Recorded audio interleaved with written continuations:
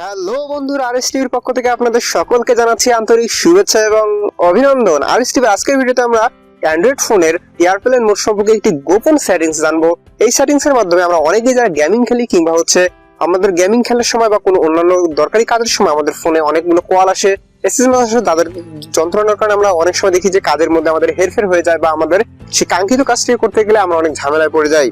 তো সেই ঝামেলাগুলোকে দূর করার জন্য আমরা এমন একটি সেটিংস দেখবো যেখানে আমরা এয়ারপ্লেন মোড অন করে রাখবো এবং এয়ারপ্লেন মোড অন করা থাকা সত্ত্বেও আমাদের কি হবে আমাদের কাছে কোনো কল আসবে না, আমাদের কাছে কোনো মেসেজ আসবে না, কিন্তু আমরা আমাদের ইন্টারনেট ব্রাউজিং, গেমিং কিংবা অন্যান্য আমরা নিজেরা অন্য কাউকে কল করব, সবকিছু চলবে আমাদের নিজের ইচ্ছে অনুযায়ী। ঠিক আছে, তো এর জন্য আমাদেরকে কি করতে হবে? সর্বপ্রথম আমাদেরকে ডায়াল প্যাডটা অন করতে হবে। তো আমি ডায়াল প্যাডটা অন করবো। ডায়াল প্যাডটা অন করার পরে আপনাকে সরাসরি একটা কোড ডায়াল করতে হবে। সেই কোডটা ডায়াল করার পরেই কিন্তু আপনি এই কাজগুলো করতে পারবেন। তো আমি এখানে আপনাদেরকে কোডটা দেখাচ্ছি। তো ধরুন না, এটার কোডটা হচ্ছে *#*#4636# ***** ঠিক আছে, এই কোডটা ডায়াল করলাম। দেখুন আমার কোডটা ডায়াল করার পরে কিন্তু অটোমেটিকলি কোডটা ডিলিট হয়ে গেল।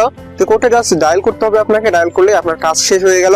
এখন আপনি চাইলে আপনার সবগুলো কাজ করতে পারবেন। ঠিক আছে, তো এর জন্য দেখুন আমি সবার প্রথমে যদি আমার প্রথমে ডাটা কানেকশনটা অন করে নেই, ডাটা কানেকশনটা অন করার পর আমি এয়ারপ্লেন মোডটা অন করে দেবো। ঠিক আছে, দেখুন আমার ডাটা কানেকশন চলে গেল, এয়ারপ্লেন মোড কিন্তু অন হয়ে গেল, অর্থাৎ আমার এখন সিম গুলো বন্ধ, আমার সবকিছু বন্ধ। ঠিক আছে,